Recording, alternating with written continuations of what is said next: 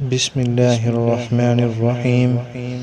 السلام علیکم دوستو، اگر آپ پریشان ہیں، آپ کے پاس رہنے کے لیے جگہ یا مکان نہیں ہے، آپ بے روزگار ہیں، رزق کی تنگی ہے یا مسافر ہیں، کوئی بھی پریشانی ہے، تو جو آیات میں آپ کو بتاؤں گا اس کو آپ نے روزانہ 151 بار پڑھنا ہے جب تک پریشانی آپ کی ختم نہیں ہو جاتی۔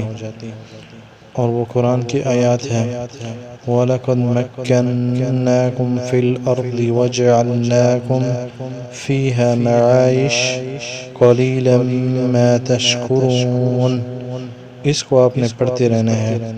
جب بھی آپ کے اوپر کوئی مصیبت ہے، پریشان ہو، تو آپ نے اس کا ورد جاری رکھنا ہے، تو انشاءاللہ آپ کو کامیابی بھی ہوگی اور اللہ تعالیٰ کی مدد بھی آپ کے ساتھ ہوگی۔